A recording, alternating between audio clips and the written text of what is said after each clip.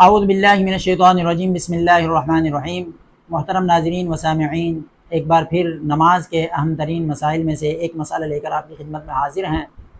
اور وہ یہ ہے کہ اگر امام رکوع میں جاتے ہوئے جو تکبیر کہی جاتی ہے، اسے تکبیر انتقال کہتے ہیں،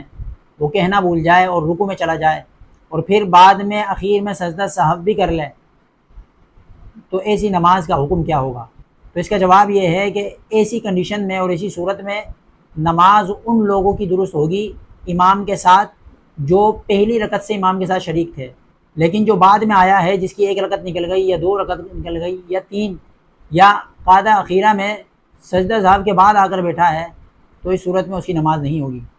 اس کی وجہ یہ ہے کہ اگر سجدہ سہو جان نہیں کرنا تھا، چونکہ تکبیر انتقال یہ سنت ہے اور سنت کے ترک ہو جانے سے سجدہ سہو لازم نہیں آتا، اور جب سجدہ سہو لازم نہ آئے اور پھر سجدہ سہو کر لیا جائے تو امام نے اگر ایسا کیا ہے تو مقتدی حضرات جو بعد میں آئے ہیں ان کی نماز اس وجہ سے نہیں ہوگی، کیونکہ امام کے پہلی مرتبہ جو سلام پھیرتا ہے دائیں جانب سجدہ سہو کرنے کے لیے، جیسے ہی اس نے السلام علیکم ورحمۃ اللہ کہا تو وہ اپنی نماز سے فارغ ہو جاتا ہے۔ کیوں؟ اس لیے کہ سجدہ سہو اس پر لازم ہی نہیں تھا، اب اس کا یہ جو پہلی مرتبہ سلام پھیرنا ہے یہ اس کا نماز سے باہر آ جانا ہے، اس عمل سے وہ نماز سے باہر آ جاتا ہے۔ اب اگر کوئی قاعدہ اخیرہ میں اس سجدہ سہو کے بعد آ کر بیٹھتا ہے، امام کے ساتھ شریک ہوتا ہے،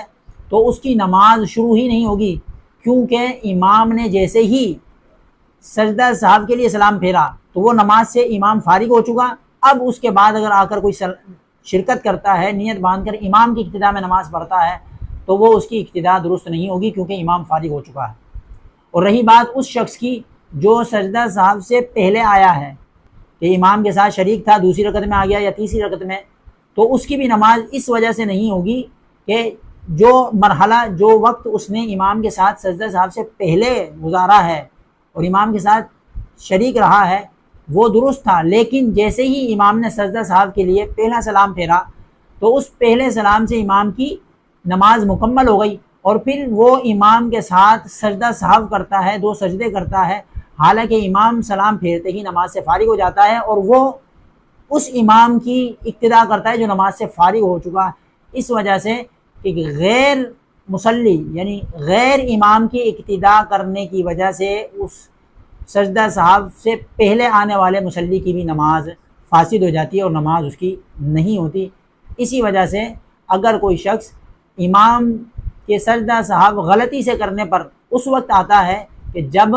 اس نے ایک رکعت اس سے فوت ہو چکی ہے یا دو یا تین، یا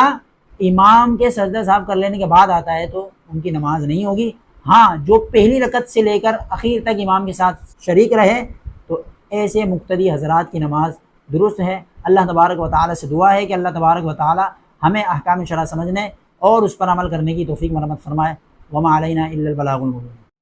حسبي ربي جل الله ما في قلبي غير الله نور محمد صلى الله لا إله